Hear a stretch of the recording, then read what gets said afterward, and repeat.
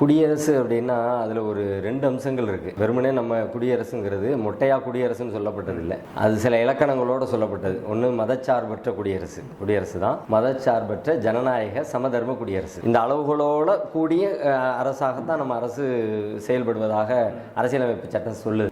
எந்த மதத்துக்கும் இங்கே முக்கியத்துவம் கிடையாது. ஆனால் அதை நடைமுறைப்படுத்துகிற இடத்துல இருக்கிறவங்க அதை நடைமுறைப்படுத்துகிறாங்கன்னா இல்லை.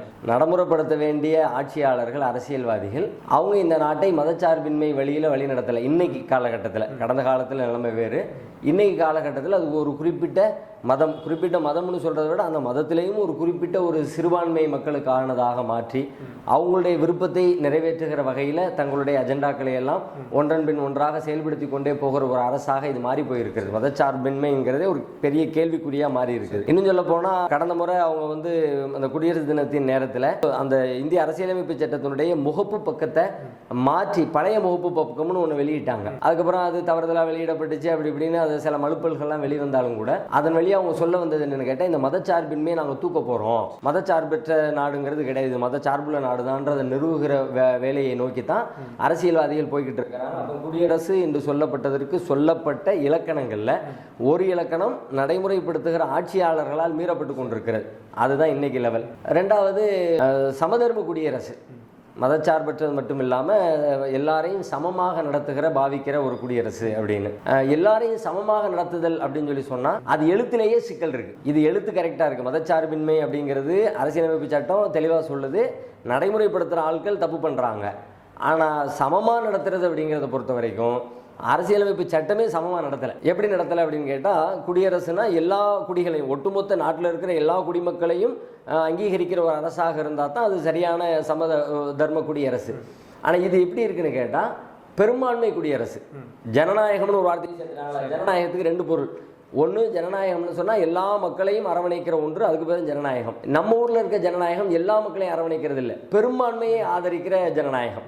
பிரிட்டிஷ் ஜனநாயகம் தான் நம்ம ஃபாலோ பண்ணிக்கிட்டு இருக்கிறோம். உண்மையில் ஃபாலோ பண்ண வேண்டிய ஜனநாயகம் எதுன்னு கேட்டால், மேற்கத்திய நாடுகளில் வேறு சில நாடுகளில் பின்பற்றப்படுகிற ஜெர்மன் ஜனநாயகம், ஜெர்மன் மாதிரியான நாடுகளில் பின்பற்றப்படுகிற அது என்னன்னு கேட்டால், தேர்தல் முறையிலேயே ஒரு வித்தியாசம் இருக்கும். விகிதாச்சார தேர்தல் முறைன்னு சொல்லிட்டு எவ்வளவு மக்கள், எந்தெந்த சமூகத்து மக்கள் எவ்வளோ இருக்கிறாங்களோ எல்லாரையும் பிரதிநிதித்துவப்படுத்துகிற வகையில் இவ்வளோ ஓட்டுகளை வாங்கினா உனக்கு அரசியலில் இவ்வளோ பிரதிநிதித்துவம் இருக்கும் அப்படின்னு எல்லாரையும் உள்ளடக்கிய ஒரு அரசாக அவங்களுடைய அரசுகள் செயல்படுது. நம்ம ஊரில் என்ன ஆகும்? 100 பேர் ஓட்டு போடுறாங்க, 2 பேர் போட்டிடுறாங்க. ஒரு ஆள் 51 வாக்கு வாங்குறாரு, ஒரு ஆள் 49 வாக்கு வாங்குறாரு. நான் 51 வாக்கு வாங்கினவர் ஜெயிச்சவர்னு சொல்லிடுவோம். 49 பேர் ஆதரிச்சாங்கல்ல. இப்போ இந்த 49 பேருடைய குரலுக்கு என்ன மதிப்பு? அவங்களுடைய ஓட்டுக்கு என்ன மதிப்பு? ஒரு காசும் இல்லை, செல்லா காசாக போயிடுச்சு. 49 பேர் வெறுக்கக்கூடிய ஒருத்தர், 49 பேர் வெறுக்கிற ஒருத்தர் ஆட்சியாளராக அமரக்கூடிய ஒரு சூழல் அப்படியெல்லாம் வந்துடுது. அதை விட இன்னும் கொடுமைலாம் இருக்குது. 49 பேர் கூட இல்லை, இன்னைக்கு இருக்கிற ஆட்கள் அதை விட கம்மியாக 30-33 பேருடைய ஆதரவில் இருக்கிறாங்க. அப்போ 70 பேருக்கு மேலே நீ வேண்டான்னு சொல்லுற ஆட்கள்லாம் ஆட்சிக்கு வந்துடுறாங்க. அப்போ அந்த எழுத்திலேயே சீர்திருத்தம் பண்ண வேண்டிய தேவையும் இருக்குது. அதனால் குடியரசு கொண்டாடுகிற இந்த தருணத்தில் முழுமை பெற்ற குடியரசு அப்படின்னு சொல்கிறதா இருந்தால் இந்த ரெண்டுலேயும் மாற்றங்கள் வேணும். எழுத்து அடிப்படையில் ஒரு விகிதாச்சார பிரதிநிதித்துவ தேர்தல் முறையை கொண்டு வந்து அதில் ஒரு மாற்றத்தை கொண்டு வரணும். அப்போ தான் கொண்டாடுவதற்கு 100% தகுதி படைத்த நாடாக நாம் மாற முடியும். ஒன்று, ஆட்சியாளர்கள் அவங்களிடத்துல ஒரு பெரிய மாற்றத்தை நாம் எதிர்பார்க்கணும். அது கண்டிப்பாக மாறி தான் ஆகணும். அப்போ தான் உண்மையான குடியரசு நம்ம நாட்டில் மலரும்.